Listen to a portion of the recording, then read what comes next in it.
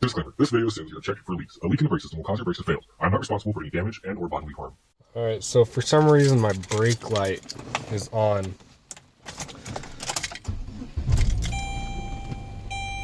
That's the noise it makes when it starts. And then later you'll hear 3 dings.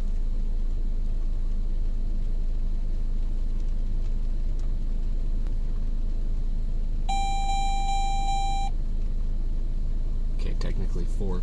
That noise, that ding, ding, ding, ding, is to get your attention that there's something on the gauge cluster that you need to look at. It doesn't necessarily mean, it doesn't really mean anything. It could mean that you have low fuel, could mean that your oil pressure is low. It depends on what light is on, okay?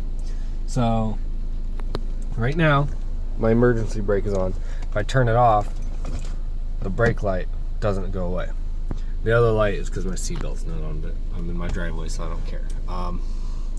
So, number one reason that this light would be on is low brake fluid. So, let's go check the brake fluid. Now, I'm pretty sure mine's good, but I'm going to check it anyway just for good measure. I already checked it the other day, and I personally already am aware that my brakes are fine. I've been driving it like this for 2 weeks, and the problem is when I bought this car with an electrical problem. It would randomly stall and randomly not start, and it was actually, I forget which one of these, but it was one of these. You could, I think it was this one. You barely even touch the wire and it would make the car stall. It was a bad connection. The guy that I bought it from, see, brake fluid's plenty fine. It's black. It needs to be flushed, but that shouldn't trigger the light. The car was actually purchased with a problem with randomly stalling and randomly not starting. Sometimes it would just not start in the driveway. Sometimes it would, you could be driving it and it would work. Sometimes you could drive it, it would stall and then start back up. Sometimes it would stall and not start back up. I found that if I had a problem, if I go to that wire and I jiggle it, it would start right back up again. Or if it was running, that's how I found the problem. Was I was checking all the grounds and I was checking wires while the car was running. I touched that wire and the car died. Went to go start it up, wouldn't start. Jiggled it again, started back up. While it was running, touched the wire, it died again. So I've had some problems with that, so I think that might be my issue, but I'm going to go through the proper diagnostic steps to show you guys what to do. So low brake fluid, or the brake fluid reservoir being low, is number one reason. Could signify that you have a leak. There's somewhere a pressure sensor, because if you have a leak but your level isn't low, it can still come on, which I know I don't have any leaks. I already checked, but so I'm gonna look for that signal. And some of the cars, this Saturn Ion doesn't have it. I don't know if it's because I have a clutch, so there's 2 slave cylinders, but some of these reservoirs have a sensor in them where the light comes on if it's low, and the sensor is not in this reservoir. There is a sensor somewhere, but it's not in this reservoir, so I have to find it. But that's number one reason. The next step I'm going to do, just for the heck of it, is I'm going to check the e-brake sensor, which I'm pretty sure it's functioning, and I'll show you why in a second. More than 3 miles per hour, your car will make this noise. So that's one way I can check it.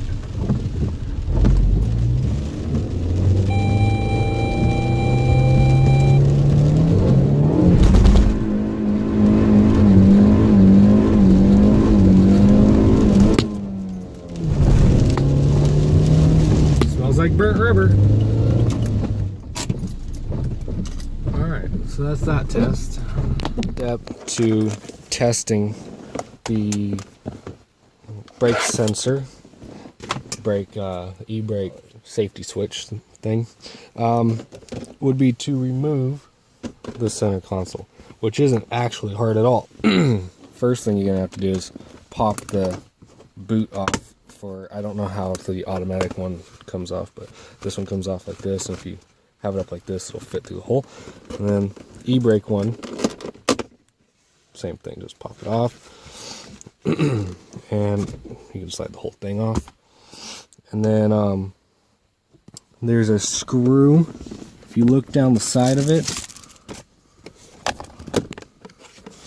there's a screw right here. I believe it's a Phillips head. And then there's one on the other side. And that's all I know of right now. I'm going to get the screwdriver and take those out. I'll be right back. Actually, if you lay the seat back and push it back, I took the bolt out that was right here, and I don't think that actually has to come out. I think there's one here and there's one on the other side. I think if you take that out, this back half comes off. So I'm going to try that. Alright, I'll let you watch me rip this off and break it. We'll see what happens. It's already kind of loose. Looks like it's being held in right here.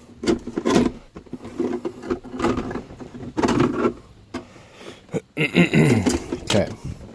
This is a cigarette lighter. This looks like it could be a problem. This okay,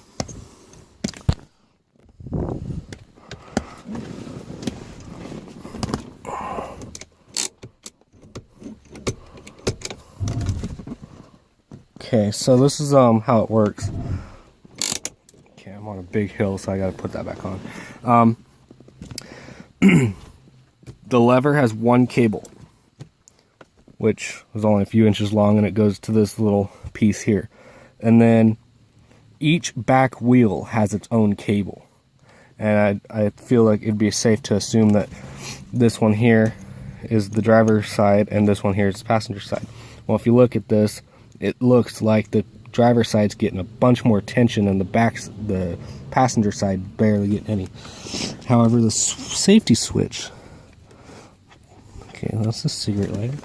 Where's the safety switch? There's no way this little thing is a oh, here it is. Alright, I'm getting a phone call. Okay, I had to go to H&R Block to do taxes but the guy was an idiot, so I'm back. Anyway, so to test the this safety switch sensor, there's a clear tab right there. Lift that clear tab up and pull this black clip out and start the car up. And if the light doesn't come on, and it was coming on every single time you were starting your car up before, if it doesn't come on this time, then it's on. Alright, so it's not the sensor. My sensor's fine. I was hoping that that's what it was, actually, because it didn't come on when I went to H&R Block. So plug that back in. So it's not that. So my brake light is still on. So I'm going to turn the emergency brake off. It's off. I've checked everything else and it's still on. So I'm going to use this electrical contact cleaner called Diagnosing, and from what I've heard, this is the best one you can get. And I apologize for the bad lighting and not focusing on top of that.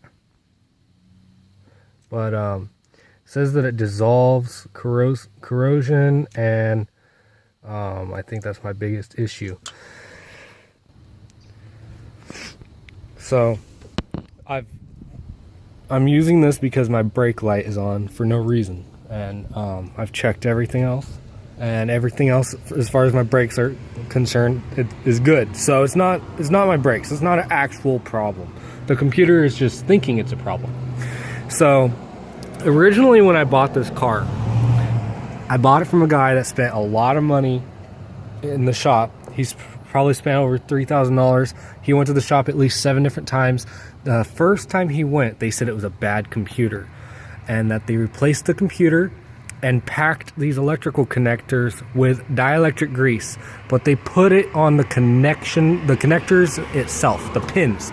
You're not supposed to do that. You're supposed to put it around the edge of it where the water can get in, because it's supposed to insulate the connection, and it's not conductive. So if you put it on the electrical connectors themselves, the metal part, it's not gonna make good contact. Anyhow, again, my brake fluid is good, needs to be flushed, but I'll get to that later.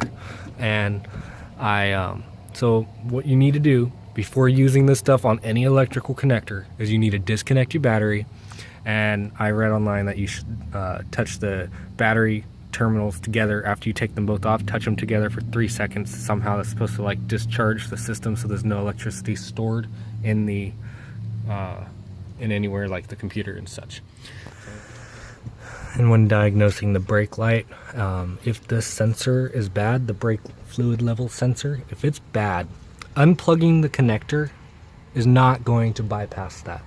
So, however, unplugging the emergency brake sensor will, if you unplug that and the brake light goes away, then it's your sensor for the e-brake. If it stays on and your fluid level is good, which don't look at the color of it because it needs to be flushed out, then if the rest of your brake system is working fine, it must be the sensor in here, and I'm going to upload a video on how to replace it because mine was broken.